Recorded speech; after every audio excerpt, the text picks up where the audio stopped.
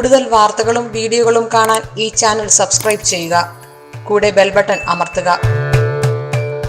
നമസ്കാരം. വസ്തു വിൽപ്പന. പലരും വസ്തുക്കൾ വിൽക്കാൻ വേണ്ടി ഓടിപ്പാഞ്ഞ് നടക്കുന്നുണ്ട്. ബ്രോക്കർമാരോട് പറഞ്ഞാൽ മതി വസ്തു വിൽക്കാൻ, അല്ലേ? ചില സർപ്പദോഷങ്ങളുള്ള ഭൂമിയോ, ചില പിതൃദോഷങ്ങളുള്ള ഭൂമിയോ, ചില രക്ഷസുകൾ വസിക്കുന്ന ഭൂമിയോ ഒന്നും ചിലപ്പോൾ കച്ചവടം നടന്നു വരില്ല. സർപ്പദോഷങ്ങളൊക്കെയുള്ള ഭൂമിയാണെന്നുണ്ടെങ്കിൽ നമ്മൾ ആ ഭൂമിയിലുള്ള സർപ്പങ്ങളൊന്നും ചിലപ്പോൾ അത് വിറ്റുപോകാൻ സമ്മതിച്ചു എന്ന് വരില്ല. അപ്പോൾ വസ്തു വിൽപ്പന സാധിക്കുന്നില്ല എന്ന് തോന്നുന്ന സമയത്ത്, വസ്തുക്കളെ കൈമറിഞ്ഞു പോകാൻ പറ്റുന്നില്ല എന്ന് തോന്നുന്ന സമയത്ത് നമ്മൾ ആദ്യം ചെയ്യേണ്ടത് ഏറ്റവും അടുത്തൊരു സർപ്പക്കാവിൽ പോയിട്ട്, ഏറ്റവും അടുത്ത വീടിനോട് ചേർന്നുള്ള ഏതെങ്കിലും സർപ്പക്ഷേത്രത്തിൽ പോയിട്ട് ഒരു 7 ദിവസം നമ്മൾ എന്ത് ചെയ്യുക? സർപ്പങ്ങൾക്ക് വഴിപാടുകൾ ചെയ്യുക. അത് എന്ത് ദോഷമാണെന്ന് നമ്മൾ ആദ്യം മനസ്സിലാക്കണം. അതിനുശേഷം ആ ഭൂമിയിലെ മണ്ണെടുത്തിട്ട് ഒരു ഏതെങ്കിലും അമ്പലത്തിലോ പൂജാരിയുടെ അടുത്ത് കൊടുത്തിട്ട് ആ മണ്ണൊന്ന് പൂജ ചെയ്ത് ഒന്ന് ശുദ്ധീകരിച്ച് ഒന്ന് വൃത്തിയാക്കി കൃഷ്ണന്റെ തൊട്ടടുത്തുള്ള കൃഷ്ണക്ഷേത്രത്തിൽ നിന്ന് കുറച്ച് പുണ്യാർക്കം മേടിച്ചുകൊണ്ടുവന്ന് വസ്തുവിലൊക്കെ തളിച്ച് വസ്തുവൊക്കെ ഒന്ന് ശുദ്ധീകരിച്ചെടുക്കുക. കിണറ്റിലൊക്കെ കുറച്ച് പുണ്യാകം തളിച്ച് ഭൂമി ഒന്ന് മൊത്തത്തിലൊന്ന് ശുദ്ധീകരിച്ചെടുക്കുക.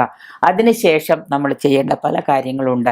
അതിനുശേഷം പല കർമ്മങ്ങളും ക്രിയകളും, ഭൂമിയിൽ തന്നെ പല ദോഷങ്ങളുണ്ടെന്നെങ്കിൽ അതൊക്കെ മാറ്റാനും കൂടെ നമ്മൾ ഏതെങ്കിലും ഒരു നല്ല ദൈവത്തിൻ്റെ അടുത്ത് പോയിട്ട് അത് എന്ത് ദോഷമാണ് ഭൂമിയിലുള്ളത്, എന്ത് ദോഷമൊക്കെയാണ് തീർക്കേണ്ടത്, ഈ വസ്തു വിൽക്കാൻ വേണ്ടി എന്ത് ദോഷമൊക്കെ ചെയ്താൽ ശരിയാവും എന്നൊക്കെ ആലോചിച്ച് നമ്മൾ അതിന് വേണ്ട പരിഹാരങ്ങളൊക്കെ ചെയ്യുക.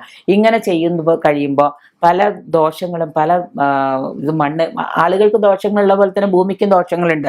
ഭൂമിയുടെ ദോഷങ്ങൾ ഇപ്പം തന്നെ ഭൂമിക്ക് പല ദോഷങ്ങളുള്ളത് കൊണ്ടാണ് നമ്മുടെ ഇവിടെ പല മഹാമാരികളും വന്നു പെടുന്നത്. അതുപോലെ തന്നെയാണ് നമ്മൾ വസിക്കുന്ന ഭൂമിക്കും പല ദോഷങ്ങളുണ്ട്. ഈ ദോഷങ്ങളൊക്കെ മാറ്റി നമ്മുടെ വസ്തുവിലെ ഭൂമിയിലെ മണ്ണൊക്കെ വൃത്തിയാക്കി ശുദ്ധീകരിച്ച് നല്ല ഒരു ആചാര്യനെ കൊണ്ട് വേണ്ട രീതിയിലുള്ള പരിഹാര കർമ്മങ്ങളൊക്കെ ചെയ്തു കഴിഞ്ഞാൽ തീർച്ചയായിട്ടും ആ വസ്തു നമുക്ക് വിൽക്കാനോ കൈമറിഞ്ഞ മറ്റ് ക്രിയാവിക്രയങ്ങൾ നടത്താനൊക്കെ സാധിച്ചു വന്നിരിക്കാം. അപ്പോൾ അത് എന്താണ് എന്നുള്ളത് ആദ്യം നമ്മൾ ഒരു നല്ല ദൈവത്തിൻ്റെ അടുത്ത് പോയിട്ട് നോക്കുക.